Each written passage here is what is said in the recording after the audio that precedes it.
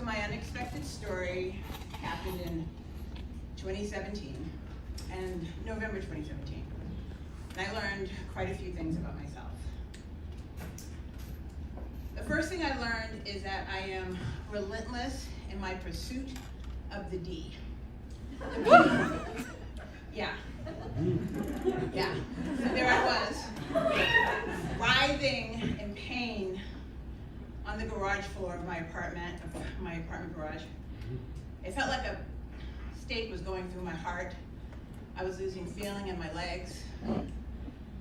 I couldn't breathe, and I had my eyes closed, gasping for breath like a fish out of water.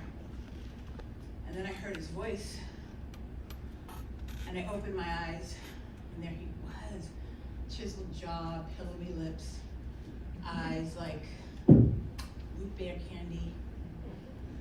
And he said, Miss, and I patted my eyelids. And I thought I put a curve in my back, but that was probably my imagination. And I said, yes, and he said, can you slow down your breath for me? And he said it in that tender way, you know, the way my husband would, if he were my husband. And I said, like this? Pursing my lips to really, you know, get those puckers out there. And then I stared at him as he lifted my eyelids to just really examine my eyes with the lights, and I was really trying to get in there, so, you know, to open his heart with my stare. And while we were in the ambulance, while he was trying to find out what my vitals were and ask me if I knew what day it was, and I'd tell him, and then I'd ask him what sign he was. He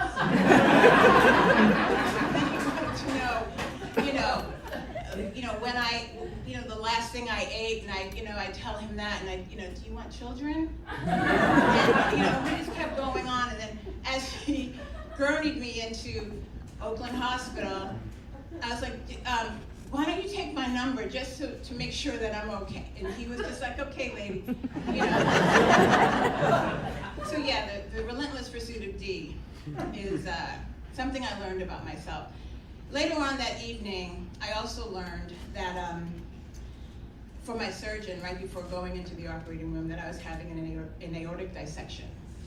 An aortic dissection is when your aorta swells up and it explodes and you die instantly. It's how John Ritter died. But mine didn't explode. It pressed against my spinal cord, which explains the numbness in my legs. And he went on to tell me that you have a 20% chance of living and surviving this operation. And if you do, you may never walk again. And I was like, 20% to 80% chance of death. I said, shit, I'm never gonna see my family again. And I was like, well, everybody I love knows I love them. I won't have to do my taxes. And I won't hear another word about Donald Trump. And they wheeled me in, and I surrendered. I surrender, Lord, to your light. I surrender. Spoiler alert.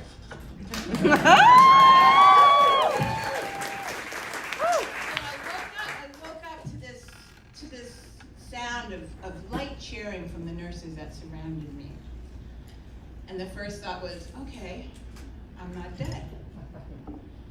And then I went and did a little body scan, and I felt my legs weren't there. I couldn't feel my legs. And then I heard the nurse say to me, you are so lucky. And the only thing I could think of is, why, God? Why didn't you just let me die? The loss of my legs were once described as tall as hope and as strong as desire. I mean, I described them that way, but my legs ran and jumped and swam and danced with grace. How can I survive without my legs? And then shortly thereafter, it just felt like hours. my community of friends, family, people I didn't even know. Really? An angel got their wings. People that I didn't even know came running to my bedside. And it was at that moment, and they did everything. I mean, they decorated my room with all kinds of inspirational quotes, and they stayed by my side. Some of them are here tonight. Woo! And at that moment, I thought, you know what? I'm not going out like that. I'm not going to go out like that. I'm not wishing death. I'm embracing life. And the spine doctor came in and told me, actually, if you want to walk, you can. It'll take a long time. It's not a marathon. It's not a sprint. It's a marathon. And so I said, let the healing journey begin. And as I laid in bed, I wondered why. How did I get there? How did I get there? And I remembered, I'm a group exercise instructor. I taught dance. I did every healthy thing you could do. But then I remembered, I didn't do those things because I loved my body. I did them because I hated my body. I wanted to be something I wasn't. I wanted to be that svelte, European, no ass having body that I saw on television all throughout my life. I learned to hate my body. And I, at that point, decided from that day on, I'm going to love me. So here's the lessons here.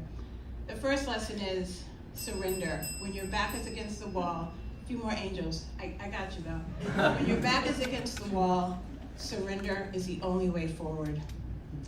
The love that I got from my friends and family, I didn't realize that I knew how much they knew how much I loved them, but I didn't realize how much they loved me. And that their love got me to my feet. And it was a newfound love of myself that allowed me to take steps forward. And my final lesson was, you know what? My body is not an apology. My body is a miracle.